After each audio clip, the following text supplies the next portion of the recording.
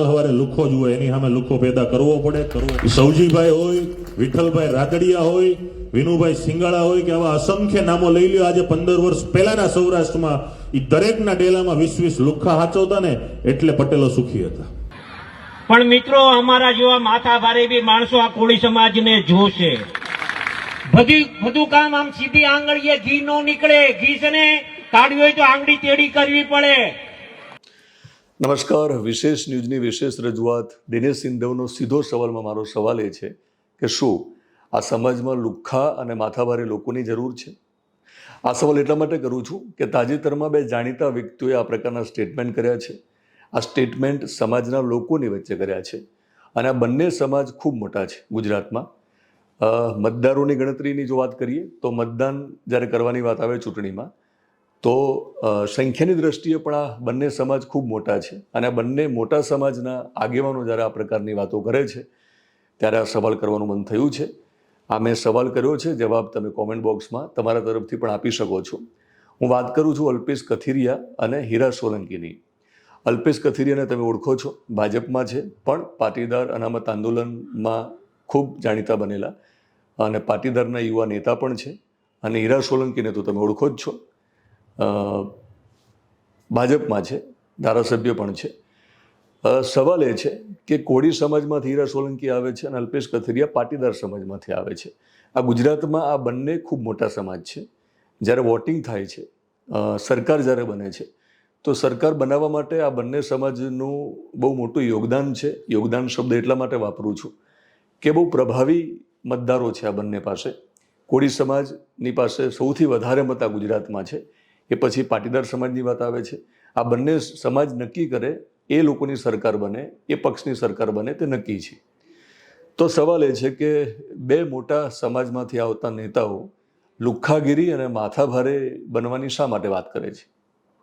બહુ ચિંતા થાય છે એટલા માટે કે આપણે ગાંધીના ગુજરાતમાં છીએ, આપણે આ સરદારના ગુજરાતમાં છીએ.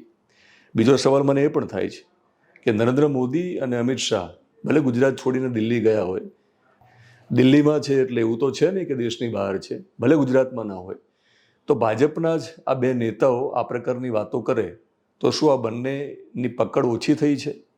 આ બંનેનો ડર જે છે પોતાની જ પાર્ટીમાં એ ઓછો થયો છે? આ એક સવાલ મને થઈ રહ્યો છે.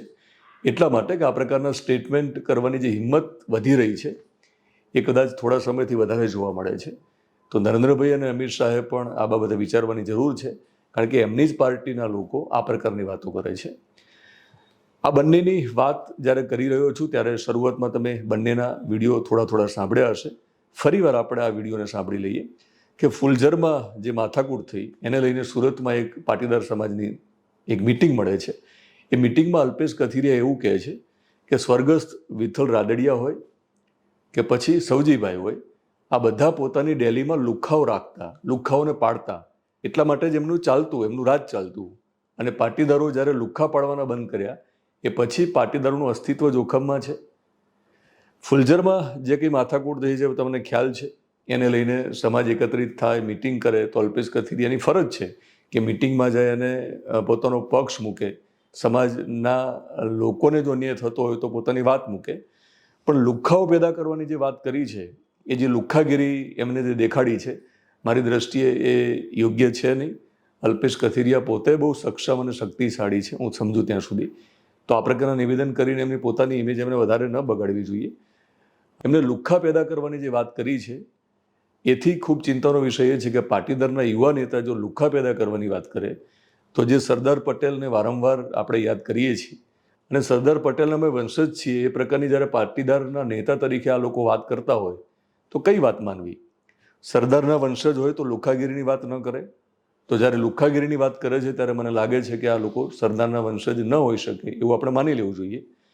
તો અલ્પેશ કથિરિયાએ જે રીતે લુખ્ખા પેદા કરવાની વાત કરી એ યોગ્ય છે નહીં મારી દ્રષ્ટિએ, કારણ કે એક સમાજમાં ખોટો મેસેજ જઈ રહ્યો છે. યુવાનોને શું પ્રેરણા મળવાની? યુવાનોને એવું લાગશે, નિરાશાવાદી આખું વલણ ઊભું થશે. યુવાનોને લાગવા મળશે પાટીદારોના કે ન્યાય નહીં મળે અને ન્યાય મેળવવો હશે તો લુખ્ખાઓ બનવું પડશે. તો કાયદો જે છે એ કાયદો છે જ, બંધારણ છે, કાયદાની વ્યવસ્થા છે. ન્યાય મેળવવા માટે આપણે બધાએ કોર્ટના શરણમાં જવું જોઈએ. આપણે લુખ્ખા બનવાની જરૂર મારી દ્રષ્ટિએ છે નહીં. હીરા સોલંકીએ એમના સમાજની એક જે સભા હતી એમાં જે વાત કરી છે સાંભળીએ પહેલાં અલ્પેશ કથિરિયાને સાંભળી લઈએ. સવારે લુખો જુએ એની સામે લુખો પેદા કરવો પડે. ઈ સૌજીભાઈ હોય, વિઠ્ઠલભાઈ રાદડિયા હોય, વિનુભાઈ સિંગાળા હોય કે આવા અસંખ્ય નામો લઈ લ્યો. આજે 15 વર્ષ પહેલાના સૌરાષ્ટ્રમાં ઈ દરેકના ડેલામાં 20 લુખ્ખા હાચવતા ને એટલે પટેલો સુખી હતા. પણ મિત્રો અમારા જેવા માથા ભારે બી માણસો આ કોળી સમાજને જોશે. બધું કામ આમ સીધી આંગળીએ ઘી નો નીકળે. ઘી છે ને કાઢવી હોય તો આંગળી તેડી કરવી પડે. હવે હીરા સોલંકીએ પણ પોતાના સમાજમાં જ્યારે વાત મૂકતી વખતે કહ્યું કે માથા ભારે બનવાની જરૂર છે, આંગળી વાંકી કરીને ઘી કાઢવાની જરૂર છે. એમની જે કંઈ વાત હશે, મંત્રીમંડળમાં એમને સ્થાન મળ્યું નથી એટલા માટે એમની નિરાશા અને નારાજગી હોઈ શકે, અથવા રાજકીય મહેચ્છાઓ એમની જે છે એ પણ હોઈ શકે. પણ એક સમાજ સામે જ્યારે એક આદર્શ નેતા તરીકે તમારી જાતને જ્યારે તમે મૂકતા હોય તો મને લાગે છે કે હીરાભાઈએ જે વાત કરી છે કે માથા ભારે બનવાની જરૂર છે, તો મારી દ્રષ્ટિએ એવું લાગે છે કે નેતા તરીકે ને જાહેર જીવનના માણસે માથા ભારે બનવા માટેની શિખામણ અને સલાહ સમાજને ન આપવી જોઈએ. કારણ કે આજનો યુવાન જો તમને ફોલો કરતો હશે, તમને તમારી વાતોને માનતો હશે, તો એવું થશે કે કોળી સમાજમાંથી ડૉક્ટર, વકીલ, કલેક્ટર, આઈપીએસ આ બનવાની જગ્યાએ માથાભારે બનવાની એક મને લાગે છે કે એક રેસ લાગશે, અને માથાભારે બનવા નીકળશો તો આ બધું નહીં બની શકો. સ્વમાની બનવું એ જુદી વાત છે, સ્વમાની હોવું એ જુદી વાત છે. કોઈ આપણને ખોટી રીતે હેરાન કરે તો સહન ન કરવું એ જુદી વાત છે. પણ માથાભારે બનવું, આ પ્રકારની સલાહ એક હીરા સોલંકી તરીકે, નેતા તરીકે એમને ન આપવી જોઈએ. અને ખાસ તો તેઓ ભાજપમાં છે એમને ન ભૂલવું જોઈએ. કારણ કે ભાજપ પક્ષમાં જ્યારે હર્ષંઘવી એવું કહેતા હોય કે અહીંયા કોઈનું નહીં ચાલે, કોઈ દાદાગીરી કરે તો અમે નહીં સહન કરીએ, કોઈ પરનો વરઘોડો અમે કાઢીશું, એવા સમયે ભાજપના જ નેતાઓ અલ્પેશ કથિરિયા અને હીરા સોલંકી જ્યારે લુખ્ખા પેદા કરવાની વાત કરે અને માથાભારે બનવાની સલાહ આપે તો મને લાગે છે આ વિસંગતતા છે. પાર્ટીની વિચારધારા જુદી હોઈ શકે અને આમની અંગત વિચારધારા જુદી છે એવું દેખાઈ રહ્યું છે. તો આ બંનેની વિસંગતતા દૂર કરવી જોઈએ. અને હું બહુ સ્પષ્ટ માનું છું કે આ સમાજને નિર્ભય, નિડર એ પ્રકારના યુવાનની જરૂર છે. એ ડરવો ન જોઈએ. આવતીકાલે શું થશે એનો પણ ડર ન હોવો જોઈએ. એને માત્ર કૃષ્ણ ઉપર ભરોસો હોવો જોઈએ, ભગવાન ઉપર ભરોસો હોવો જોઈએ કે મારો જીવન નિર્વાહ કૃષ્ણ ચલાવશે. પણ હતાશામાંથી, નિરાશામાંથી આ યુવાનને આવી બધી જો વાતો ગળે ઉતરી જશે તો એ કૃષ્ણ બનવાની જગ્યાએ, કૃષ્ણના માર્ગે ચાલવાની જગ્યાએ, સરદારના માર્ગે ચાલવાની જગ્યાએ એ કદાચ બીજો માર્ગ અપનાવશે. અને એમને લાગશે કે જો આવડા મોટા લોકો કહેતા હોય કે આપણે લુખ્ખા બનવું જોઈએ અને માથાભારે બનવું જોઈએ તો યોગ્ય જ કહેતા હશે એવું માનીને દિશામાં આગળ વધશે. બહુ સ્પષ્ટ માનું છું મિત્રો, યુવાનો, નેતાઓ જ્યારે સ્ટેજ ઉપરથી કશું બોલે એનું અનુસરણ જો તમારે કરવાનું હોય તો ખૂબ ધ્યાન રાખીને કરજો. કારણ કે કાયદો કાયદાનું કામ કરતો હોય છે. ભવિષ્યમાં તમે લુખ્ખા બનો અને માથાભારે બનો એ પછી તમારે જેલમાં જવું પડશે તો એક પણ નેતા તમારા ઘરે આવશે નહીં. એ તમારા મા બાપ, જો તમે પતિ હોય તો તમારી પત્ની, તમે પિતા હોય તો તમારા બાળકો, તમે ભાઈ હોય તો તમારી બહેન, એ બધાનું શું થશે એનો પહેલો વિચાર કરી લેજો. એટલે આ લોકોની વાતો માનીને એ દિશામાં ન જવું જોઈએ, મારી બહુ સ્પષ્ટ વાત છે. અને કોઈ પણ નેતા હોય, એ પછી ભાજપ હોય, કોંગ્રેસ હોય કે આમ આદમી પાર્ટી હોય કે આ દેશની જેટલી પણ રાજકીય પાર્ટીઓ છે, કોઈ પણ નેતા જ્યારે સ્ટેજ ઉપરથી વાત કરે ત્યારે બધી વાતો માની ન લેવી. એ વાતો માનીને એનું અનુસરણ ન કરવું, વિવેક બુદ્ધિનો ઉપયોગ કરવો અને પછી આગળ વધવું. તો દિનેશ સિંધવનો સીધો સવાલ આ બંને નેતાઓને હતો. આ બંને નેતાઓને હું સવાલ કરું છું, શક્ય હોય તો તમે પણ જવાબ આપશો. એ જો ન આપે, હું દર્શકોને કહીશ કે તમે મારા સવાલનો જવાબ આપો.